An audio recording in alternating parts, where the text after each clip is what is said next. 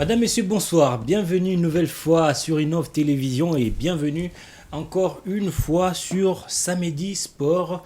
Et ce soir sur Samedi Sport, nous allons vous parler de la NBA avec le sacre de la formation de Warrior Golden State pour cette saison 2021-2022.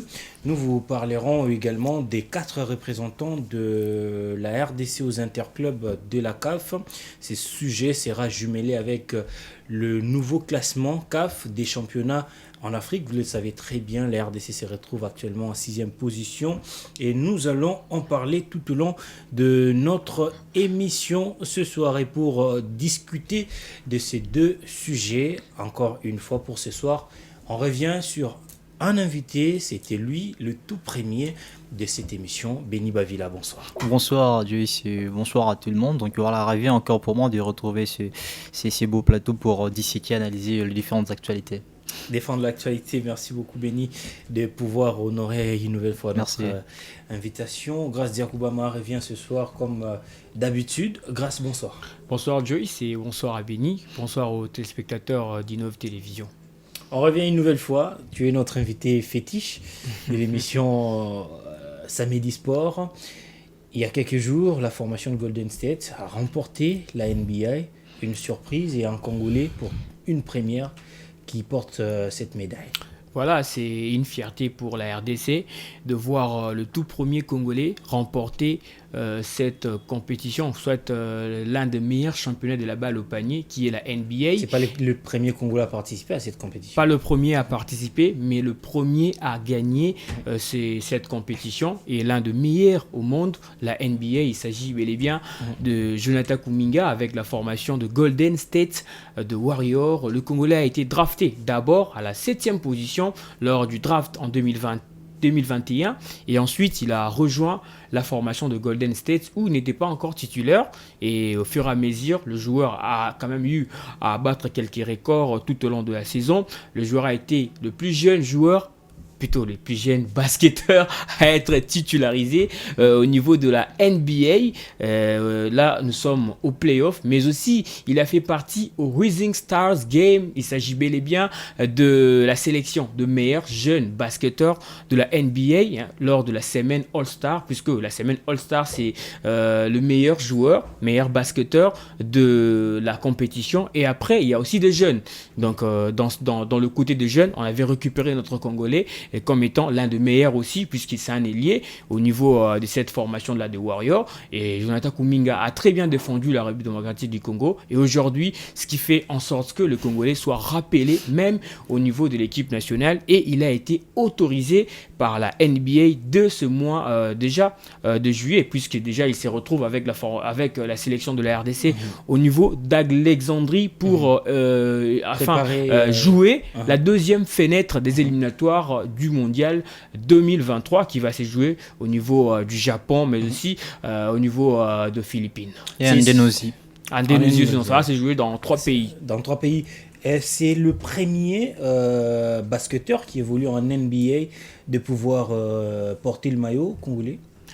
Non, il y a déjà on a déjà connu pas mal de Congolais au niveau de la NBA, sauf que le natif de Goma a fait l'exception, contrairement à des géants comme Mutombo Dikembe qui a aussi joué la finale de la NBA mais qui n'a pas eu à remporter cette compétition. Il y a aussi des joueurs comme Bismack Biyombo, il y a eu pas mal de joueurs il y a aussi Moudiaï qui a joué cette compétition, mais le natif de Goma a parvenu à remporter ce grand championnat de la NBA. Donc ça fait vraiment un plaisir pour nous, la République démocratique du Congo, et surtout le fait que le joueur quitte la NBA et pour défendre notre sélection nationale. On n'a pas vu cela et cela depuis de 10 ans, soit 20 ans, depuis que personnellement je suis dans ce monde du sport. Je n'ai jamais vu un léopard quitter la NBA pour venir défendre la sélection nationale, puisque la NBA demande toujours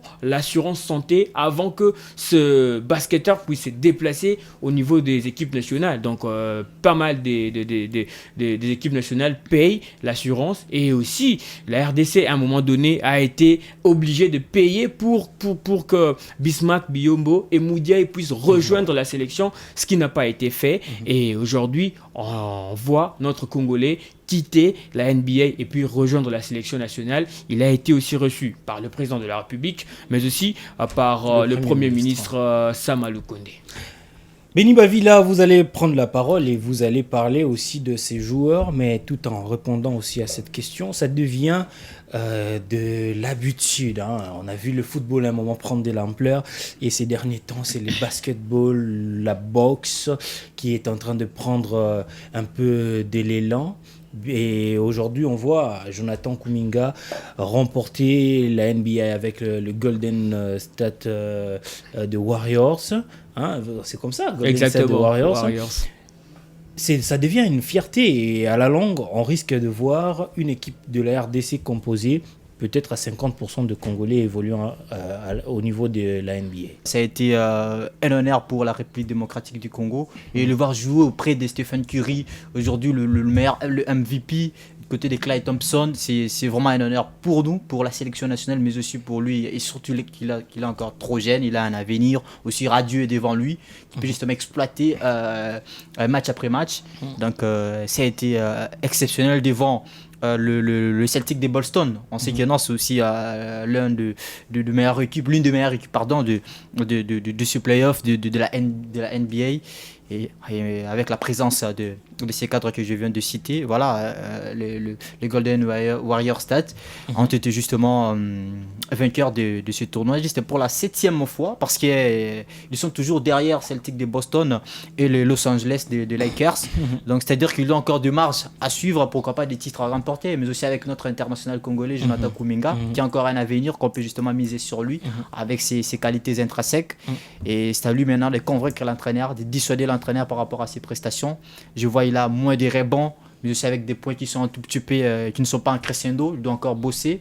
Lui, il a un avenir, il a déjà du respect, il a gagné le cœur du Congolais, surtout dans ce sport de basketball. On peut compter sur lui, et j'ai été quand même très joyeux de voir un Congolais remporter ces titres de la NBA. Très joyeux de voir un Congolais remporter ces titres. Jonathan Kuminga, qui n'a pas seulement remporté le championnat de la NBA au niveau des playoffs, il a également remporté avec sa formation de Warriors Golden State le championnat de la conférence Ouest.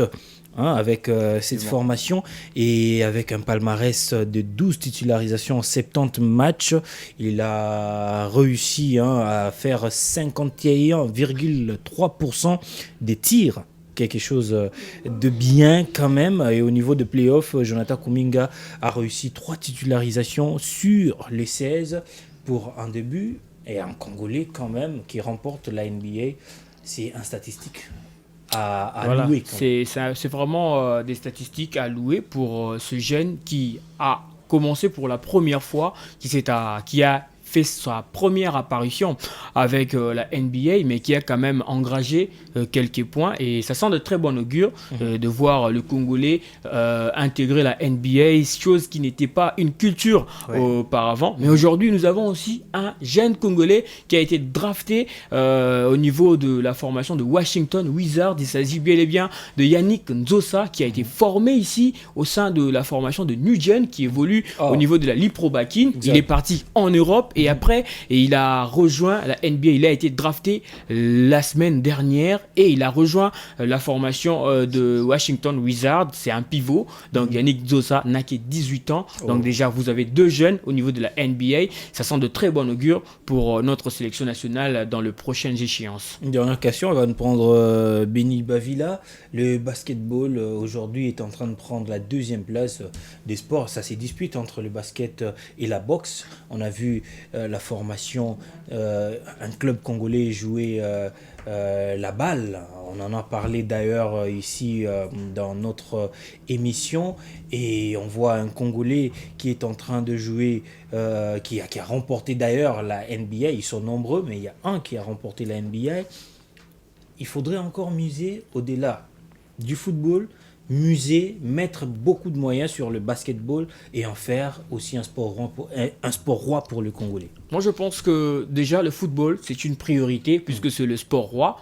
Mais au-delà du football, il faudrait bien voir les autres disciplines. Les sports rois en RDC, aux non, États-Unis, c'est pas un sport pas en roi. RDC, dans le monde entier. C'est Aux le football qui États-Unis, domine. Aux États-Unis, certes, c'est le basket. Mais après, il y a le football américain et aussi le football. Mais dans le monde, on parle du football comme étant le sport roi, mais aussi en République démocratique du Congo. Moi, je pense que au-delà de la priorité du football, nous devons aussi promouvoir les autres disciplines qui font l'exception au-delà du football. Et si on regarde ce que nous avons produit avec le football, c'est quand même catastrophique comme bilan. Mais non, si vous regardez au niveau du basketball, nous sommes au niveau de la deuxième fenêtre, et si on réussit avec seulement 5 points en ex-aequo avec le Sénégal, mais aussi l'Égypte. Et si on réussit déjà à gagner, je crois, 2 matchs. La première fenêtre, nous avons fini premier. Non, on est classé 3e puisqu'on a moins de points que l'Égypte et le Sénégal, mais nous avons 5 points pour avoir livré 3 matchs, 2 victoires et 1 défaite. Donc c'est ça. Et si on regarde déjà cette équipe-là de basketball de la RDC qui a envie d'aller à la Coupe du Monde, mais on ne sent pas l'accompagnement du gouvernement congolais. Quand on a vu la RDC jouer les barrages pour le mondial Qatar 2022, on a vu l'accompagnement de tout un gouvernement autour de Léopard Football. Mais cela ne se sente pas au niveau des autres disciplines. Entre autres, si on regarde le basketball, il y a aussi la boxe qui fait l'exception. Il y a avant, on avait le taekwondo qui faisait aussi l'exception. Mais aujourd'hui, on ne retrouve plus le taekwondo parce qu'on ne sait pas comment promouvoir nos talents, promouvoir nos disciplines.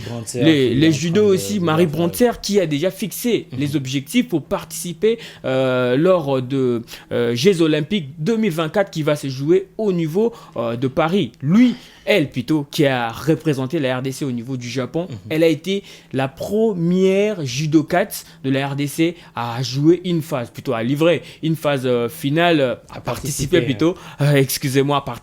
à une phase finale des Jeux Olympiques. Donc vous voyez déjà au moins quelques exceptions dans les autres disciplines. C'est à nous maintenant de regarder, faire peut-être pas comme l'Angola.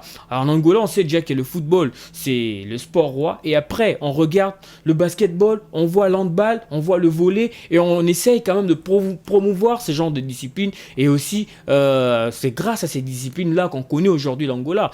Si on regarde l'Angola au niveau africain, sur le plan du basketball, on va dire que l'Angola a un niveau élevé. Mais nous, à part le football, nous avons quoi ? C'est le basket qui fait l'exception, bien qu'on n'a pas les infrastructures adéquates pour développer cette discipline ici en RDC. On parlera du judo, on parlera du karaté, on parlera du taekwondo. Donc on sait seulement s'accrocher au football, bien que le football nous déçoit. Mais nous, on est en train de faire les tingam, comme les Quinois aiment toujours les dire. Je pense bien prochainement, on va chercher à voir la karaté 4 Nancy Chiaba, pour un peu parler, discuter du karaté en République démocratique du Congo. Mais pour aujourd'hui, on s'attarde d'abord sur le basketball avec un Congolais qui a participé et a remporté le championnat de la NBA. Comme je l'ai posé à Gracia Koubama, ça prend de l'ampleur. Faudrait-il mettre des moyens, faudrait-il mettre de l'énergie pour permettre à ce que le basketball en RDC devienne en tout cas un sport roi derrière le football? Non, je crois que les autorités ont vu les prouesses et derrière depuis longtemps, depuis l'Afro-Basket Rwanda et le barrage comme l'a dit Grace. Donc il y a quand même, vous avez des athlètes de basketteurs qui ont cette volonté, mais après l'accompagnement est toujours, je dirais, piteux. Bon, je me pose toujours des questions. Qu'est-ce qui ne marche toujours pas avec le sport congolais en général, parce que d'ici peu nous aurons ce qu'on appelle les états généraux du sport, et c'est par là qu'on va découvrir un peu certaines vérités. On doit se dire des choses, les choses doivent être éclairées pour dire à chacune des fédérations, ou proposer à chacune des fédérations qu'est-ce qui vous manque, qu'est-ce qu'il faut mettre comme moyen, comme paquet pour vous aider à résoudre de gros soucis, des vrais problèmes dans votre fédération. Je crois avec ces états généraux déjà qui s'épandent à l'horizon, il y aura quand même des résolutions. Mais après, quand je vois des prouesses des jeunes comme Kuminga et d'autres peut-être à l'extérieur, je me pose la grande question. Ces jeunes qui voient que non, le basket n'est pas attractif en RDC. Oui, bien sûr, on sait que non, on a mis le football dans un premier plat, comme dans tous les pays, bien sûr, mais quand vous regardez ce que font ces jeunes, ce que font ces basketteurs, ils ont été champions de la si je me trompe pas comme ça. Afro-basket. Afro-Can 2019. Oui. 2019, ouais. Afro-Can J'étais face à l'équipe des Kenyans, si je ne me trompe pas comme ça, en 2019, avec des jeeps promises, mais jusqu'à ces jours, on ne sait pas, on se pose toujours des questions. Donc il y a des doutes. Aujourd'hui, lorsque vous avez des internationaux comme ça qui veulent être respectés parce que dans leurs clubs respectifs où évoluent, il y a du respect, il y a de la logique. Donc il y a presque tout est réuni pour eux. Et dès qu'ils arrivent ici, il y a un problème des moyens pour les déplacements. Et à l'Afro-Basket Rwanda, il y avait un problème des tests Covid-19 et que notre gouvernement doit prendre en charge. C'est de la honte. Déjà à ces niveaux, lorsque vous avez des éléments importants, des éléments majeurs, qui aiment le Leaks, qui aiment être dans de meilleures conditions, si ça ne marche pas, ils vont justement se séparer de vous. Vous allez vous désamorcer. C'était d'ailleurs l'actuel ministre des Médias qui avait pris en charge le basketteur. Exactement. À l'époque député national. C'est ça, il faut mettre du sérieux lorsque vous avez des athlètes pareils. Il faut mettre du sérieux. C'est comme vous avez dans votre équipe nationale du joueur de même calibre comme Messi et Neymar et vous dites que non, il n'y a pas de moyens, il n'y a pas d'accompagnement. C'est une honte. Donc aujourd'hui, on doit déjà se préparer pour cette génération, pour cette jeunesse qui arrive. En espérant, bien sûr, on est à la quête de la première qualification du côté basketball pour les RDC. Donc, ce n'est pas un événement à abandonner ou ce n'est pas un événement à saboter ou à faire semblant comme s'il n'y a rien été. C'est inouï pour eux, mais aussi pour la fédération de basketball congolaise, bien sûr. Aller chercher cette qualification, composter cette équipe, ce sera énorme, mais aussi avec cette génération. Il y a déjà Maxi Chamba, l'un des pions majeurs, qui vient de regagner après des petits couacs avec le gouvernement en place, avec des sommes qui sont merdiques, qu'on peut régler de manière où c'est un aparté. Mais on voit tout le monde qui est au courant. Non, oui, Maxi Chamba, c'est une affaire de $1000. Je me dis, mais c'est grave ça. Donc déjà, lorsque une fédération arrive à régler ces genres de soucis, des petits soucis, on voit que non, il y aura des grandes choses qui peuvent justement se réaliser. Raison pour laquelle je crois bien, comme c'était la décision, soit la parole du chef de l'État, de pouvoir organiser ces états généraux autour du ministre des Sports, Serge Condé, et toutes ces fédérations qui seront justement contrôlées aussi peut-être par certains organes ou pourquoi pas par l'IGF, contrôler un peu le chaîne de dépenses dans toutes ces fédérations. Nous aurons des fédérations assez fortes, des fédérations capables de répondre aux compétitions internationales, pourquoi pas de prendre en charge les équipes nationales, pourquoi pas comme celle de basketball qui s'apprête déjà à représenter la RDC. Donc pour moi, le basket a eu toujours des éléments importants, mais l'attractivité pour promouvoir un peu ce basketball, voilà, regardez même aujourd'hui, il y a que les 4 vice-présidents du basketball qui communiquent. Joe Lolonga, excusez-moi pour avoir parlé ce nom, mais je me pose des questions. Vous avez un président en place, il y a que celui qui a les 4 vice-présidents, qui se démerde, qui est trop visible dans les médias. Mais c'est grave ça. On a besoin, mais dernièrement, il y avait les capitaines Kuminga qui déploraient justement même le manger comme ça. C'était très difficile pour ces basketteurs et il y a un problème de logement. Dernièrement, je me pose toujours toutes ces questions. Alors comment on peut gérer des Kuminga? Je le vois avec le président aujourd'hui, oui bien sûr, il y a l'ambiance, on partage, il y a l'ambiance parce qu'il vient de remporter quelque chose aux États-Unis d'Amérique, mais quid de son encadrement ici au pays? Voilà la grande question qu'on doit se poser, Joyce. Merci beaucoup, Benny Bavila. La grande question, c'est quid de son encadrement ici en République démocratique du Congo. La mégestion n'est pas toujours une spécialité de la Fédération congolaise de football. C'est un tout petit peu partout. On le sent aussi avec le basket et avec le karaté, voire même partout. On va changer de chapitre, on va prendre les dernières 30 minutes pour le football. Vous savez très bien, le Daring Club Motema Pembe de Kinshasa le mardi 28 juin, avait réussi à remporter pour la deuxième fois de suite la Coupe du Congo. Sa spécialité, bien évidemment, sa 14e médaille au niveau de la Coupe du Congo. Le Daring s'est succédé à lui-même après avoir remporté la saison dernière face à la formation de Sa Majesté Sanga Balende. Cette saison, le Daring Club Motema Pembe s'est défait de la formation de l'AC Rangers sur le score d'un but à 0. On va voir ces buts et on se retrouve tout juste après.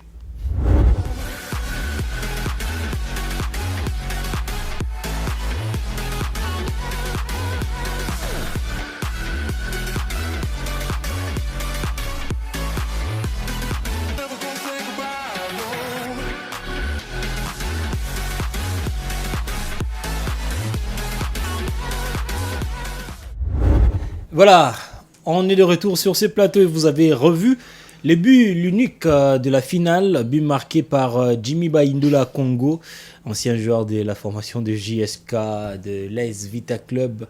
C'est Santola Lupopo. Santola Lupopo aussi, il a joué en Zambie. Ce joueur qui est revenu à Kinshasa avec les espoirs de faire encore de belles choses. Il le réussit avec le Daring Club Motema Pembe, DSMP, qui retourne en Afrique, bien évidemment, parce que la saison dernière, il y était déjà. Mais la dernière fois que cette formation est allée loin dans cette compétition, c'était lors de la saison 2019-2020 avec le coach Isaac Ngata. Et cette fois-ci, le Daring Club Motema Pembe, c'était la première année de Vidier Chimanga à la tête de cette formation. Et cette fois-ci, Daring Club Motema Pembe, sans président, sans comité, dirigé par un comité de crise, alors chapeauté par l'administration, comment on l'appelle encore? Le conseil d'administration. D'abord, on va se poser la question par quel mécanisme un club sans comité peut évoluer dans une compétition ici en RDC, d'ailleurs, qui a boycotté la Ligue nationale de football et pour se concentrer à la Coupe du Congo. Voilà, le Daring n'avait qu'un seul choix, de poursuivre avec la Coupe du Congo pour obtenir la qualification pour les interclubs. Je pense pas, puisque déjà la FECOFA avait donné la possibilité au DSMP de choisir entre la Lina Foot et la FECOFA, et la Coupe du Congo, quelle compétition jouer pour obtenir la qualification.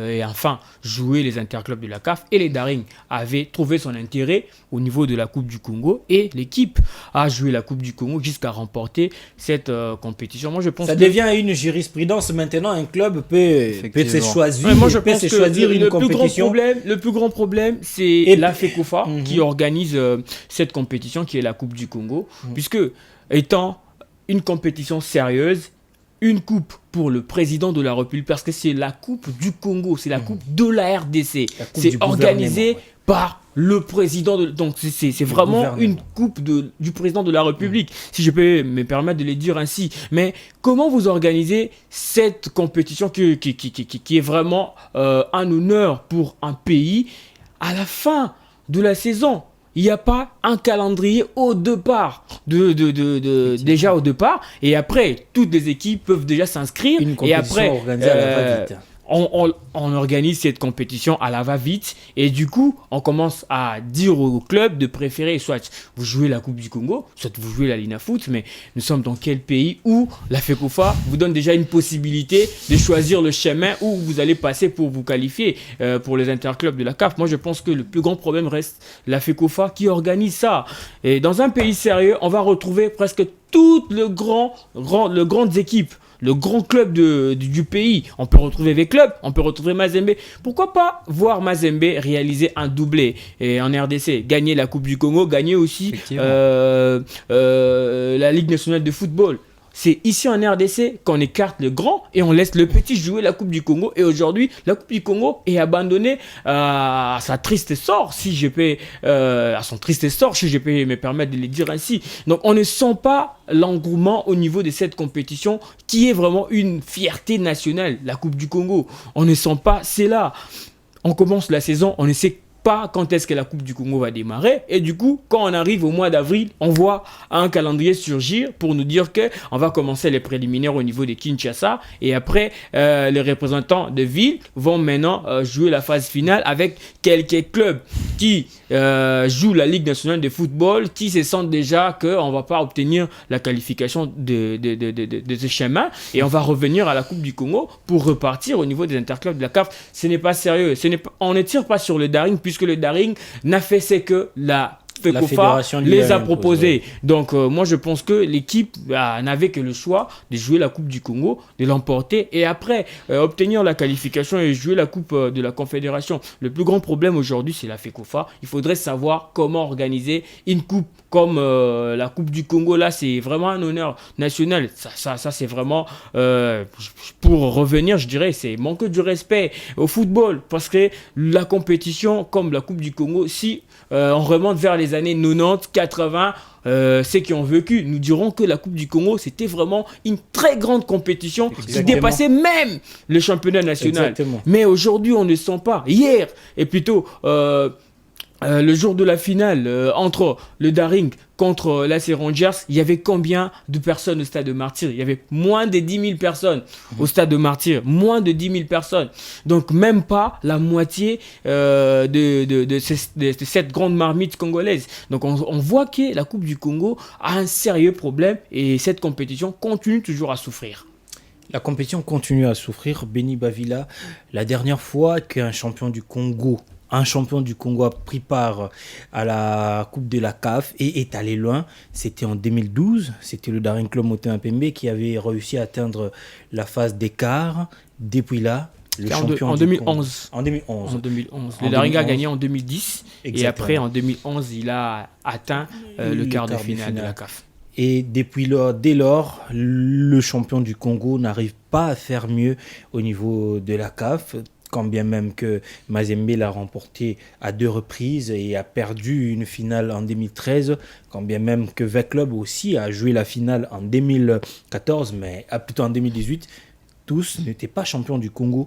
Les champions du Congo ne font que piètre figuration au niveau des interclubs de la CAF. C'est dû à la fragilisation de cette compétition.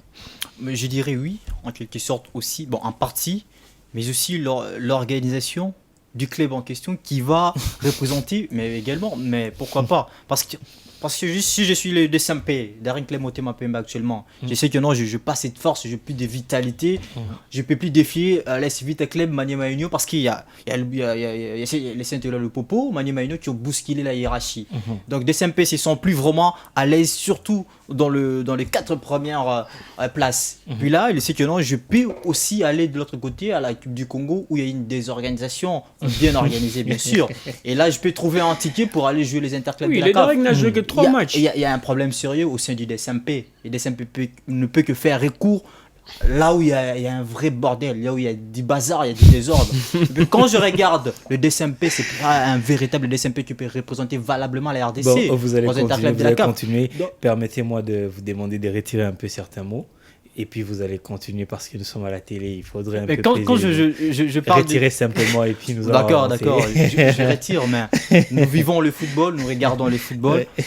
Je ne vois pas vraiment ce que produit le DSMP par rapport au niveau de cette compétition, les interclubs de la CAF et aller représenter valablement la RDC. Je ne sais pas, c'est très compliqué aujourd'hui, même le football que produit le DSMP. Donc c'est-à-dire que non, votre image, votre niveau doit d'abord se mesurer au niveau de la Ligue nationale du football, devant Mazembe, devant Vita, devant les Saint-Eula le Popo, par rapport à ce que vous êtes en train de démontrer sur le terrain, sur le plan tactique, mais aussi votre je dirais, le management en termes de mercato, le recrutement. Donc déjà, lorsque vous avez de sérieux problèmes et que par force, vous voulez toujours jouer les interclubs de la CAF, la RDC aura toujours de vrais problèmes. Merde dans le classement FIFA. J'étais quand même sidéré de voir le championnat national être, je ne sais pas, à la 6e place ou à la 7e place. Au niveau africain, à la 6e. Je me pose toujours quels sont les critères fondamentaux pour placer ou soit mettre notre championnat à ce niveau-là. À votre avis, nous ne méritons pas cette 6e place, nous méritions la première. Alors comment la première? Si nous ne méritons pas la 7e, comment la première? Un championnat qui s'arrête et de manière, je ne sais pas, brutale. Ipso facto.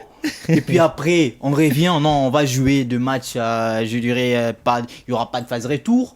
Non, mais imaginez, on est 7e. Nous ne sommes pas encore au niveau des championnats.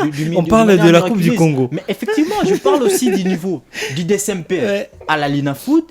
Et puis lui qui va encore faire recours à la Coupe du Congo pour aller représenter les RDC. On parle de clubs qui vont représenter les RDC aux interclubs de la CAF. Donc c'est un sérieux problème. Si on avait aussi un championnat, ça part aussi un championnat régulier, qui DSMP qui peut jouer aussi régulièrement ses matchs et qui peut également se concentrer et avoir la fraîcheur physique avec ses joueurs, mais aussi garder le niveau athlétique de chaque joueur et puis aller représenter les RDC valablement, c'est mieux. Mais c'est pas ce championnat où on sait déjà quelques journées, c'est lui qui va remporter ce championnat. Et puis moi, DSMP, je me retrouve déjà à la 6e place. Je dois déjà toquer à la porte de la FECOFA pour la Coupe du Congo. Et quand j'arrive là-bas, je retrouve LMC 10-0.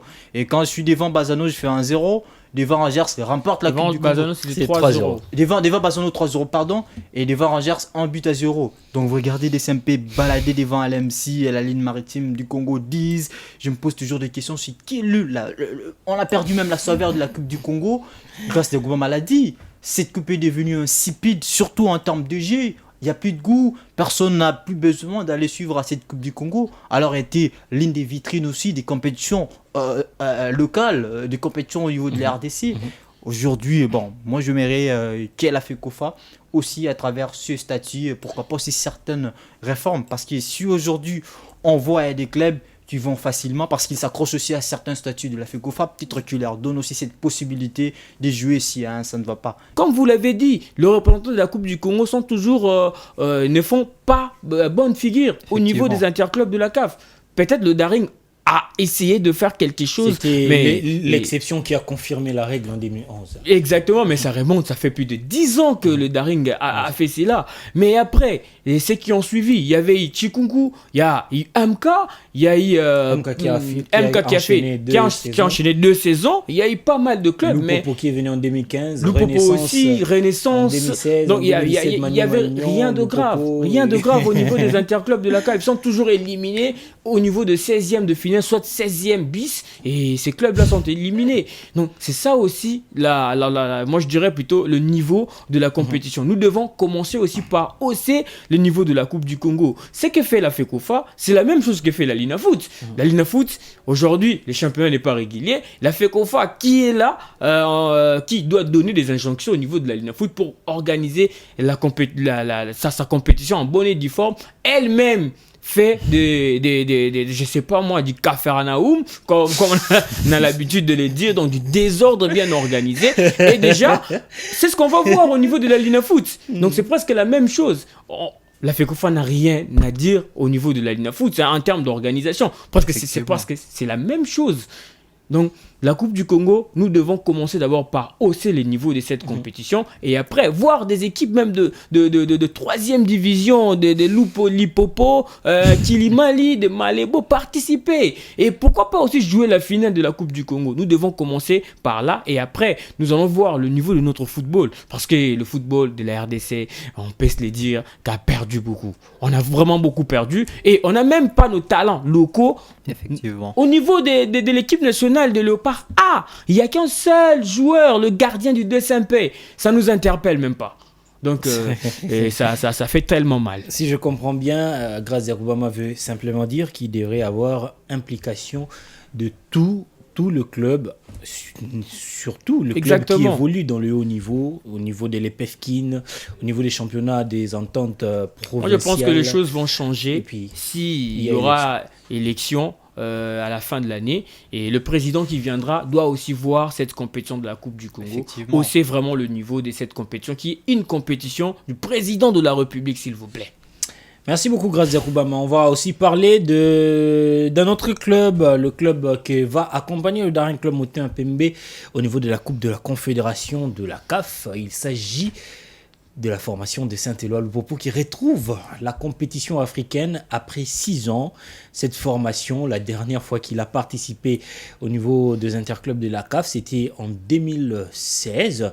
C'était après avoir remporté la Coupe du Congo 2015. On l'a dit ici, les représentants de la Coupe du Congo ne font que piètre figuration au niveau des interclubs de la CAF. Et la formation de Lupopo, lui également, la dernière fois qu'il a pris part à cette compétition, c'était après avoir remporté la Coupe du Congo. Et cette fois-ci, après la redynamisation apportée par le président de ces clubs, le gouverneur Jacques Kiabula Katwe, cette formation a réussi à faire une exception cette saison et à s'est positionnée 3e au niveau de la Ligue nationale de football. Cette formation va jouer la Coupe de la Confédération.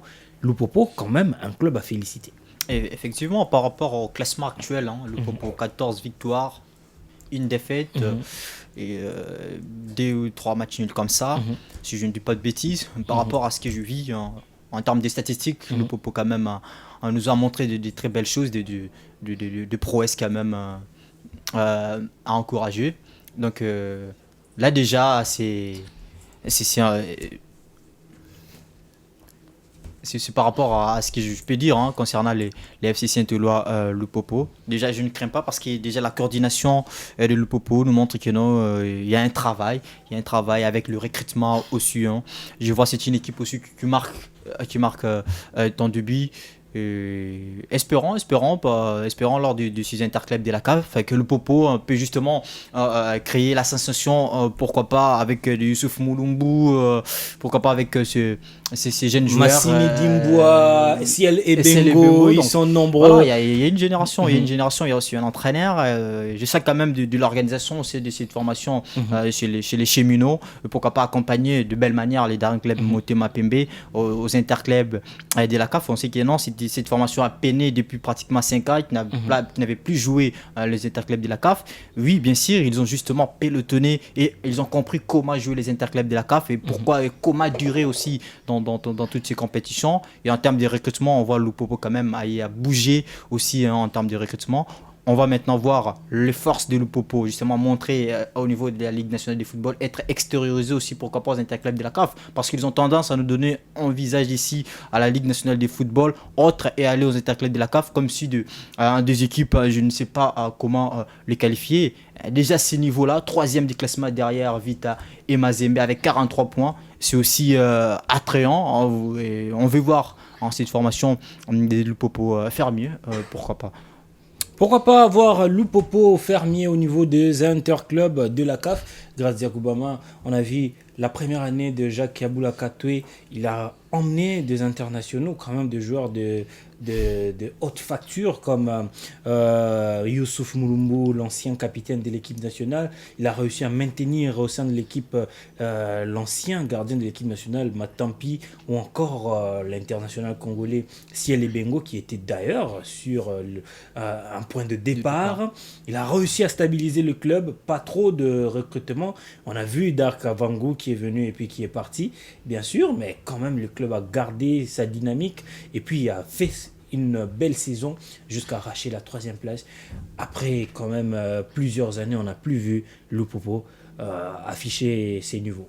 Contrairement à ce que vous avez dit, il y a eu trop de recrutement au sein de Lupopo. Si on compte, il y a Youssouf Moulumbu qui est arrivé, il y a Patou Kabangu. Vous avez Alan Katerega qui est aussi l'un des métronomes de cette équipe-là. Vous avez Jean-Marc Makouzou, vous avez Junior Bayano, le Gabonais. Si vous prenez Bola, encore un autre Français, il y a Bola Lobota, donc il y a plus de 15 joueurs qui ont intégré cette équipe, y compris un nouveau coach, Christian Braconi, qui a réussi à qualifier cette équipe-là de Saint-Éloi Lupopo au niveau des interclubs de la CAF.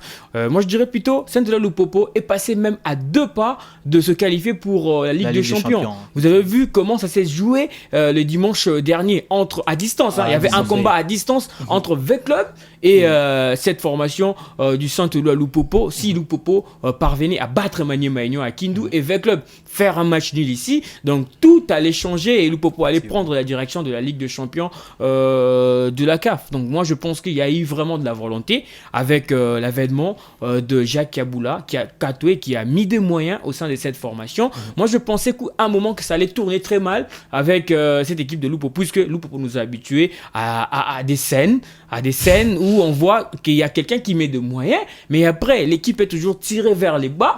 Et maintenant cette année tout le monde a vraiment s'est concentré sur la volonté de Jacques Kiabula, où on voit même la construction construction du stade de cette équipe-là. On est en train de construire un stade pour cette équipe de Lupopo. Donc on voit vraiment une équipe qui était là, qui était toujours régulier, même en termes des séances des entraînements, pendant que la Ligue nationale de football était interrompue. Ouais. Mais on voyait Lupopo à l'œuvre, s'entraîner, être toujours aguerri. Et le résultat, c'est ce qui s'est fait à la fin. C'est quelque chose vraiment à applaudir pour ce nouveau comité. Mais après, il faudrait maintenant voir les choses autrement, comme Benny l'a dit. Ici, on a vu Lupopo avec un autre visage, puisqu'on est habitué à jouer la Ligue nationale de football, à gérer quelques matchs, mais à l'extérieur.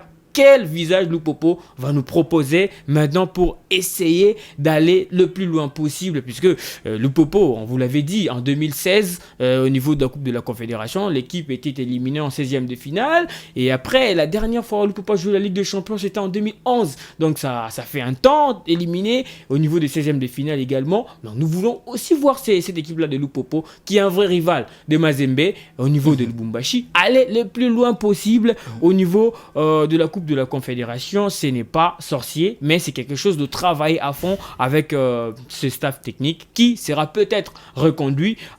Déjà, nous sommes à la fin de la saison et on va voir, on va faire l'évaluation au niveau du club. Si le coach sera reconduit, faire encore de transferts et essayer un peu de piocher quelques pions majeurs et les intégrer au niveau du club pour repartir encore sur de bonnes bases au niveau des interclubs de la CAF.